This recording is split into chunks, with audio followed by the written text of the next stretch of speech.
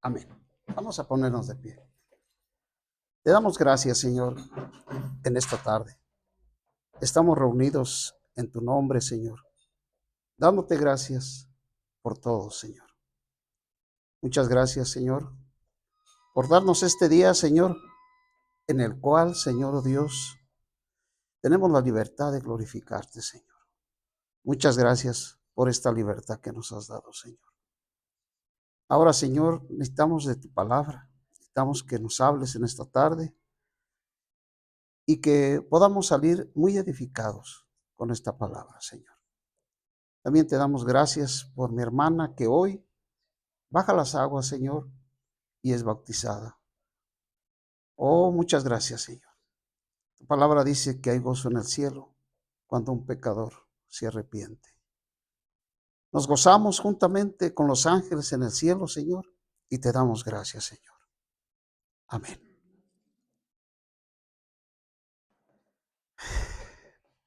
La Biblia nos dice en el Evangelio de San Juan, en el capítulo 3, del Evangelio de San Juan, nos habla de Nicodemo. Dice en el capítulo 3, en el verso 1, ahora bien, había un hombre de los fariseos que se llamaba Nicodemo, un principal entre los judíos. Este vino a Jesús de noche y le dijo: Rabí, sabemos que has venido de Dios como nuestro maestro, porque nadie puede hacer estas señales que tú haces si no está Dios con él. Respondió Jesús y le dijo: de cierto te digo que el que no nace de nuevo no puede ver el reino de Dios. También se interpreta esta palabra como no puede entrar al reino de Dios. ¿Qué es el reino de Dios? El reino de Dios es un régimen donde Dios gobierna a todos los que hemos nacido de nuevo. Nos gobierna a través del Espíritu. Él gobierna su iglesia a través del Espíritu. Quizá Nicodemo iba a buscar alguna enseñanza o alguna doctrina nueva, pero Nicodemo mismo se quedó sorprendido cuando le dijo el Señor: si no naces de nuevo. Es decir, que con la vieja creación no podemos entrar al reino de Dios. Con la vieja natural, la vida natural que recibimos de nuestros padres, no podemos entrar al reino de Dios. No podemos conocerle. No podemos ser gobernados por Dios en la vieja naturaleza. Necesitamos la nueva naturaleza, nacer de nuevo. Porque el reino y el régimen de Dios es espiritual. Entonces Él nos va a hablar a nuestro espíritu. Cuando nosotros le recibimos y nacemos de nuevo, lo que nace de nuevo es nuestro espíritu. Nicodemo estaba preguntándole al Señor en el verso 5, respondió Jesús, respondió Nicodemo y le dijo: ¿cómo puede un hombre nacer siendo viejo? ¿Puede acaso entrar por segunda vez en el vientre de su madre y nacer? Respondió Jesús: de cierto te digo que el que no nace de agua y del Espíritu no puede entrar en el reino de Dios. De agua y del Espíritu. Significa nacer de nuevo. El reino de Dios es el reinado de Dios. Es una esfera divina en la cual se entra naciendo de nuevo. Si una persona no nace de nuevo, no puede entrar y llega a morir, él muere sin haber nacido de nuevo, seguramente está condenado. Por eso es tan importante el bautismo, nacer de nuevo.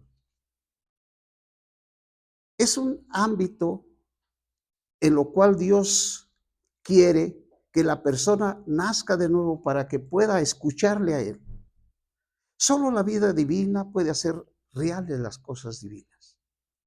Todas las promesas que Dios nos da en las Escrituras solamente pueden ser reales en la nueva creación.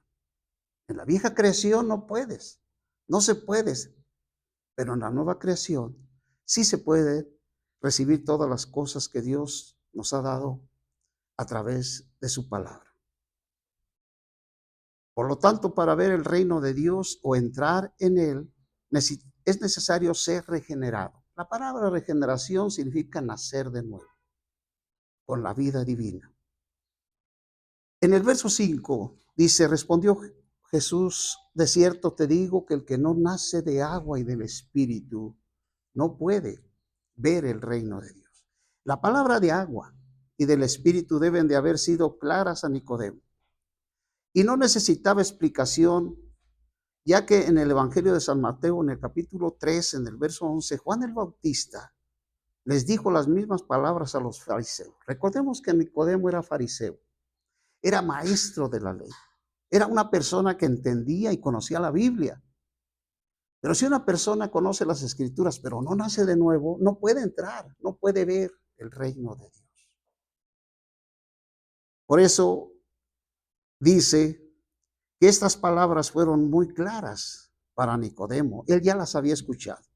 El agua es el concepto central del ministerio de Juan. Recordemos que Juan fue el que trajo el evangelio, los bautizaba y los bautizaba en agua. Pero después de ser bautizado los llevaba a Cristo para que recibieran vida. El agua era el concepto central del ministerio de Juan el Bautista. Esto es poner fin al hombre de la antigua creación. Eso es lo que es el bautismo. Sumergir, ponerle fin a la vieja creación. El Espíritu es el concepto central del ministerio de Jesús. Esto es hacer germinar al hombre en la nueva creación. Estos dos conceptos principales constituyen el concepto de la regeneración. Si no naces de agua y del Espíritu, son los dos conceptos, no puedes ver el reino de Dios. La regeneración pone fin al hombre de la antigua creación y a todas las obras de la vieja creación, y hace germinar al hombre en la nueva creación con la vida divina. Recordemos que en las Escrituras hemos visto o hemos escuchado el reino de Dios, pero en la Biblia nos habla de tres reinos. Primeramente tenemos el reino de Dios. El reino de Dios abarca desde la eternidad hasta la eternidad.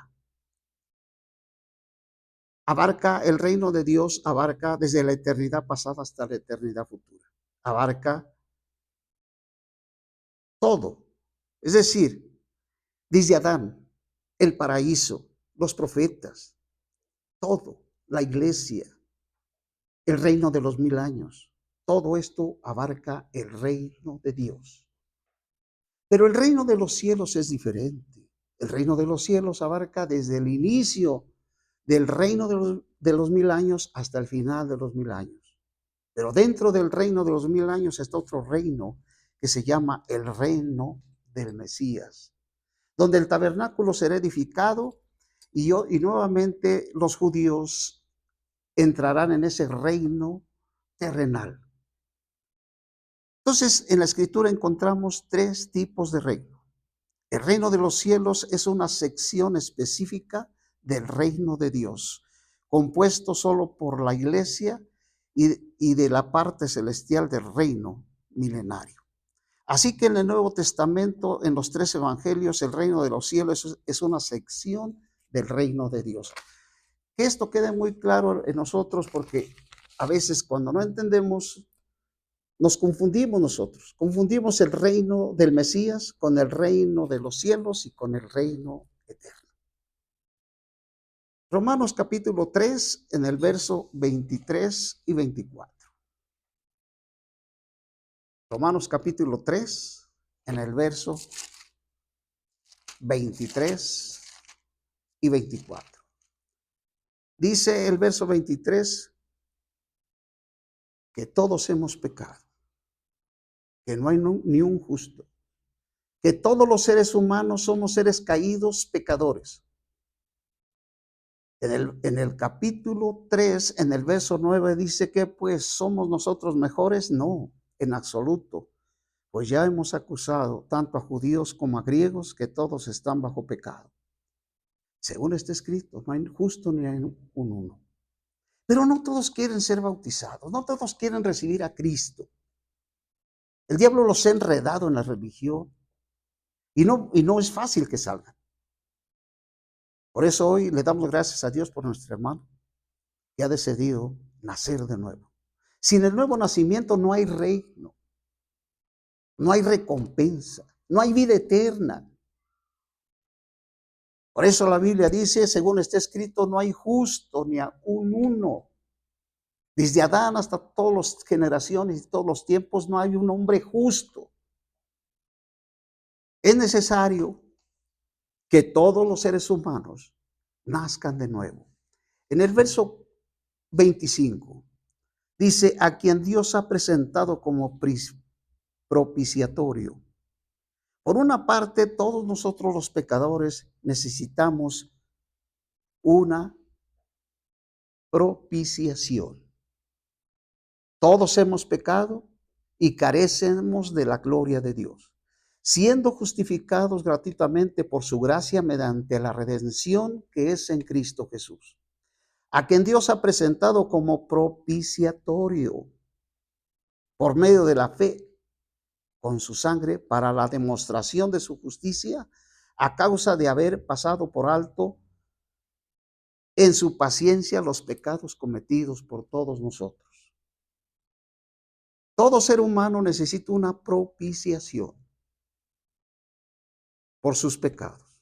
Pero ¿qué significa esta palabra propiciación? La palabra propiciación es el sacrificio de un inocente. No encontramos entre los seres humanos esta clase de hombre para que muera por nosotros. Solamente Cristo es el inocente. Entonces, esta palabra propiciación significa que un inocente, el cual le cayó un castigo para satisfacer la justicia divina, que merece recibir el culpable. Dios necesita hacer justicia para perdonar al pecador. Todo ser humano necesita urgentemente una propiciación. Pero no toda la gente se ha dado cuenta que para ellos, para los seres humanos, esto es lo más importante. Que sus pecados sean perdonados, nacer de nuevo. Y necesitan una propiciación. Es decir, necesitan que un justo, un inocente, pague por sus pecados. Este inocente y justo es Cristo. Cristo murió por nosotros, los pecadores. Leamos en Primera de Juan, en el capítulo 2, en el verso 1. Estamos en la oportunidad. Mientras tengamos vida aquí en esta tierra, esta es la oportunidad que tenemos. Puede ser que la despreciemos, pero nos vamos a arrepentir por toda la eternidad no haber aceptado esta propiciación. Grábeselo, por no aceptar a Cristo. En el capítulo 2 del Evangelio de la Primera de Juan, en el verso 2, dice, Él mismo es la propiciación. Cristo mismo es la propiciación por nuestros pecados. Y no solamente por los nuestros, sino que también por los de todo el mundo. Es decir, Cristo ya murió por todos los seres humanos. Él ya pagó en la cruz por los que creen y por los que no creen, por los ateos y por todos Él ya murió. Entonces, ¿cuál es el problema? El problema radica en que usted tiene que creerle. Tiene que creerle que Él murió por usted. Si usted no llega a creerle, usted es condenado porque no cree. Este es algo serio. Cristo mismo es la propiciación por nuestros pecados. Y no solamente por los nuestros, sino también por los de todo el mundo. Todo ser humano necesita una propiciación por sus pecados. Pero ¿qué significa esta palabra propiciación? El sacrificio de un inocente que muera por mí. En esto consiste la propiciación. Sin embargo, esta propiciación está supeditada. ¿Qué significa esta palabra que está supeditada? Es decir, está condicionada a su voluntad de Dios. Si la persona no cree, es condenado. Si la persona cree y se entrega a Dios, tiene vida eterna. Por eso, esta palabra propiciación está supeditada, es decir, condicionada a la voluntad de Dios. El hombre tiene que llenar los requisitos para recibir la propiciación. Ya Cristo pagó por mí, un inocente.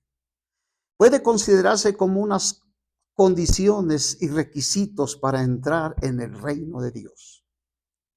Requisitos para el hombre. El primer requisito es reconocer que usted es un pecador. Si usted no reconoce que es un pecador, usted no necesita una propiciación. Pero déjeme decirle que está engañado. Eso le ha hecho creer el enemigo, el diablo, que usted no tiene pecado. La Biblia dice que si alguno dice que no tiene pecado, hace a Dios mentiroso y la verdad no está en usted. Reconocer que es un pecador, creer en él y recibirle. Estos son los requisitos. Arrepentirse de sus pecados. Bautizarse. ¿Qué significa bautismo? Bautizarse significa sumergir, sepultar en el agua, la cual representa la muerte. Juan bautizaba para indicar que quien se arrepiente solamente sirve para ser sepultado. Esto también significa que a la vieja persona se le ha dado fin. Es decir, la vieja persona, ¿quién es la vieja persona? La vieja persona somos todos aquellos que nacimos de seres humanos. Cuando nosotros nos bautizamos y somos introducidos en Cristo, es otra historia. Es decir, yo tengo dos historias. Una, la historia como ser humano, que nací de mis padres terrenales. Pero después que recibí a Cristo, es otra historia. Ahorita tengo dos historias, la vieja y la nueva historia. Esto es bien importante. Entonces, esto también significa que a la vieja persona se le ha dado fin.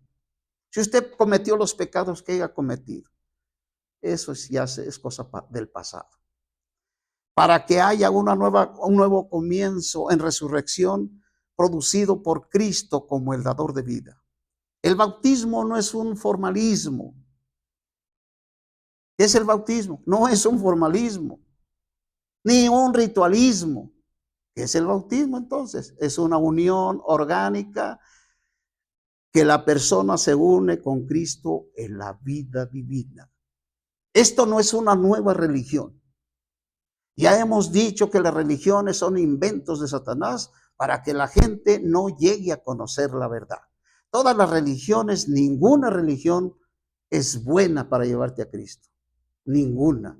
Porque todas ellas, en vez de acercarte a Cristo, te alejan de Cristo. Entonces, el bautismo no es como muchos de nosotros recibimos de nuestros padres cuando éramos niños. A mí me bautizaron en la iglesia católica cuando yo nací. Pregúntenme que si me acuerdo, pues no. ¿Qué recibí? Pues no sé. Ese es un formalismo, ese es un ritual. Eso no tiene ningún valor. Entonces, el bautismo no es un formalismo ni un ritualismo. Todos los que fueron bautizados por Juan fueron llevados a Cristo para que tuvieran vida. El bautismo implica nuestra muerte y resurrección. Ser bautizado en agua equivale a ser puesto en la muerte, sepultado. Ahí, ser levantado del agua significa resucitar de la muerte y entrar en la resurrección. Amén. Entonces, el bautismo no es un formalismo, tampoco es un ritualismo. Es una realidad, es una unión orgánica entre Dios y el hombre. Leamos Lucas en el capítulo 18, en el verso 9. Evangelio de San Lucas, en el capítulo 18, en el verso 9 del Evangelio de San Lucas. Es tan importante este nuevo comienzo. Este nuevo comienzo no solamente lo he tenido yo, lo han experimentado muchos. Estaba yo viendo que también Abraham experimentó este nuevo comienzo. Recordemos que cuando Dios le habló a Abraham que saliera de Ur de los Caldeos, salió Abraham sin saber a dónde iba. Esto le sirvió a Abraham para tomar a Dios como su mapa, para poder llevar el camino de Dios. Pero llegó un momento cuando Dios le dijo a Abraham, es necesario que te circuncides. La circuncisión es un nuevo comienzo. Es un nuevo comienzo. Es una nueva forma de vivir. Para Abraham, la circuncisión era un nuevo comienzo. Le dijo Dios, ya no te llamarás Abraham, sino te llamarás Abraham. ¿Cómo usted puede ver Abraham? En el nuevo comienzo cambió su nombre de Abraham a Abraham. En el Nuevo Testamento igualmente el Señor le cambió el nombre a Pedro. Pedro no se llamaba Pedro, se llamaba Simón. Y le dijo el Señor, de ahora en adelante te llamarás Pedro. Es un nuevo comienzo. Con la vida divina que hemos recibido de Dios al nacer de nuevo, vamos a derrotar todo lo que hoy el mundo vemos que no puede derrotar. ¿Qué son las cosas que no puede derrotar? El ser humano no puede derrotar la depresión. Tiene que depender de muchos medicamentos para que le quiten la depresión. ¿Y cuántas cosas más? La aceleración de su corazón, la depresión, la ansiedad, la angustia, el temor a morir. Eso solamente se logra cuando nosotros nacemos de nuevo y recibimos la vida divina. La vida divina va a destruir todo eso. El mundo está dando a la gente mundana puros medicamentos. No.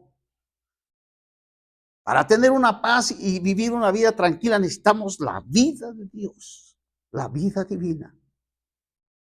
Solamente con la vida divina podemos vencer al maligno. El maligno es la ansiedad, el maligno es la depresión, el maligno es todos los problemas. Todas las dificultades vienen del maligno. Solamente necesitamos nosotros la vida divina para derrotar al diablo. La gente hoy para ser feliz necesita unas cervezas. Para ser muy feliz necesita conciertos y más conciertos y necesita fútbol y muchas cosas. Pero para el creyente lo más importante es tener la vida divina y con la vida divina vencemos toda la ansiedad y toda la depresión. En el capítulo 18 del Evangelio de San Lucas, en el verso 9, dice, a unos que confiaban en sí mismos. Hay personas que confían en sí mismos. Dicen, yo puedo, yo lo puedo. Y yo lo puedo. Pero cuando llegan los años y pasa el tiempo, dice, ya no puedo. Llega el momento cuando aquellas personas ya no confían en sí mismos, sino que necesitan de muchas cosas para salir adelante en su vida. A unos que confiaban en sí mismos como justos y menospreciaban a los otros, dijo también esta parábola. Dos hombres subieron al templo a orar. Uno era fariseo, el otro recaudador de impuestos. El fariseo puesto en pie oraba esto para sí: Dios, este es el hombre que confía en sí mismo. No se necesita ser un ateo. Este no era un ateo. Este creía en Dios. Dice este hombre, puesto en pie, oraba esto para sí: Dios, te doy gracias, porque no soy como los demás hombres, ladrones, injustos, adúlteros, ni aun como este recaudador de impuestos. Ayuno 2 veces. Eso dice el religioso. Nosotros no, Dios no nos está llamando a ser religiosos, sino a experimentar la vida divina. Ayuno 2 veces a la semana. Doy diezmos de todo lo que gano. ¿Qué oración? ¿Qué clase de oración esta?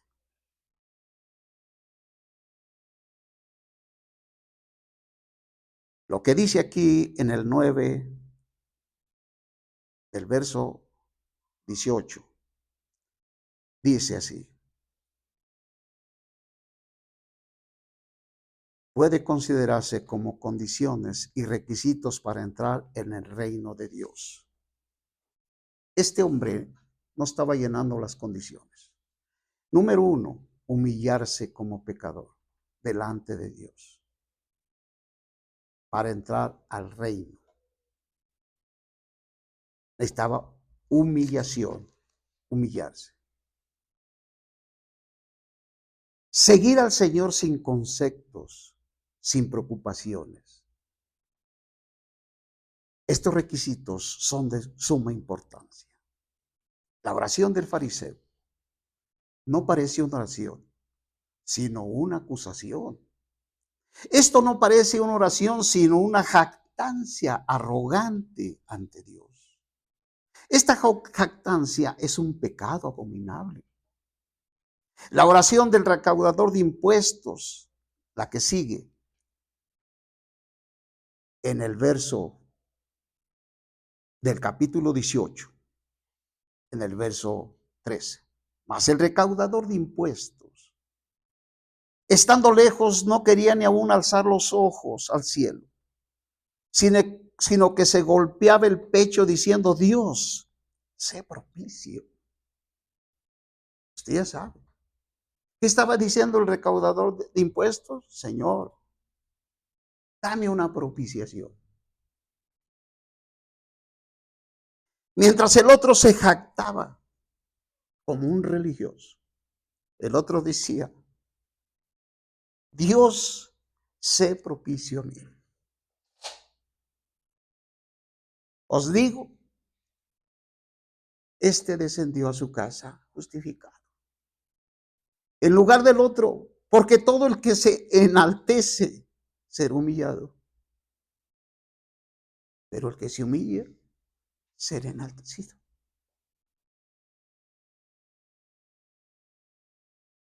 Esto es muy importante. Todos nosotros, para ser bautizados y bajados a las aguas, primero tenemos que reconocer que somos pecadores y que necesitamos una propiciación. Si nosotros no llegamos a sentir esa necesidad, es porque nuestros ojos no han visto que esta es la verdadera necesidad del ser humano, la propiciación.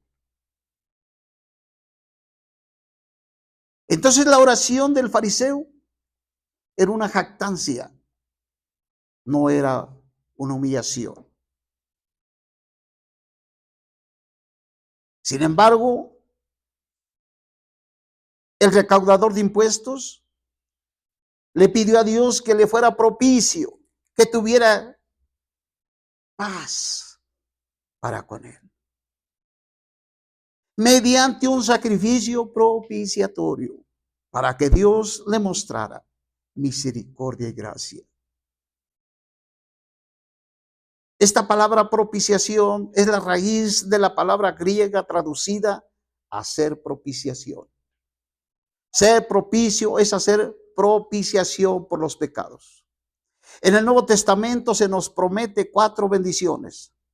La propiciación, una, por nuestras injusticias, el olvido de nuestros pecados, la impartición de la ley de vida al depositar la vida divina en nosotros. el privilegio de tener a Dios como nuestro Dios. Ese es un privilegio.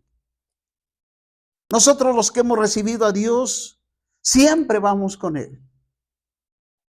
Recordemos que el nuevo nacimiento es una conexión con Dios en el Espíritu. Por eso la Biblia nos dice que el reino de Dios no es físico, sino espiritual. ¿Por qué? Porque ahora Dios nos gobierna desde nuestro espíritu a todo nuestro ser. Por eso este es el tercer privilegio o la tercera bendición de ser hijo de Dios. Tener a Dios como nuestro Dios y de ser pueblo de Dios. La vida de Dios nos capacita para disfrutar la vida divina. Y la misma vida divina nos capacita para conocer a Dios. Entonces, en el nuevo nacimiento entramos en una comunión orgánica con Dios, donde Dios nos habla. Si nosotros somos creyentes que verdaderamente vemos la necesidad de Dios, empezamos a crecer espiritualmente. Entonces nosotros verdaderamente llegaremos a ser hombres espirituales que sepan vivir por el espíritu y no por el alma ni por la carne. En Hebreos, en el capítulo 8, dice, en el verso 10, por lo cual este es el pacto que haré con la casa de Israel. Después de aquellos días, dice el Señor, pondré mis leyes. Esta es una de sus promesas, sus leyes. Pondré mis leyes en la mente de ellos. Recordemos que hoy nosotros vivimos por la ley de Dios, la ley espiritual. Con la ley espiritual podemos vencer el pecado. Pondré mis leyes, dice el Señor, en la mente de ellos. Y sobre su corazón las escribiré. Seré a ellos por Dios y ellos serán a mí por pueblo. En el verso 11 dice, ninguno enseñará a su prójimo. Yo no le voy a enseñar, porque el que le enseña a usted está en su espíritu. Y el que me enseña a mí está en mi espíritu. Nosotros tenemos al maestro en nuestro espíritu. Por eso la Biblia dice, y ninguno llámese maestro, porque hay un solo maestro, y ese es Dios. Nomás pongámosle atención que Dios está en nuestro espíritu. Ninguno enseñará a su prójimo, ninguno a su hermano, diciendo, conoce al Señor, porque todos me conocerán, desde el menor hasta el mayor de ellos. Y dice el verso 12, porque seré propicio. El Señor es propicio a sus injusticias. Y nunca más, dice, me acordaré de sus pecados. Todos los pecados que cometimos en la vieja creación, ya Dios no se acuerda. A veces la gente nos recuerda y nos dice, ¿quién eras tú? Y todo lo que hacías, pero ellos no saben que eso fue en la vieja creación. En la nueva creación, ya no hago eso. Por eso tenemos dos nacimientos, dos comienzos, y esa es la historia de los seres humanos. Entonces dice el Señor, seré propicio a sus injusticias y nunca más me acordaré de sus pecados. Démosle gracias a Dios por lo precioso que ha sido con nosotros. Te damos gracias, Señor, en el nombre de nuestro Señor Jesucristo. Derrama bendición a nuestros corazones, Señor, y vida eterna. Te agradezco por haber muerto por mí en la cruz. Muchas gracias, Señor. El inocente murió como un malhechor por nuestros pecados. Gracias, Señor. Amén.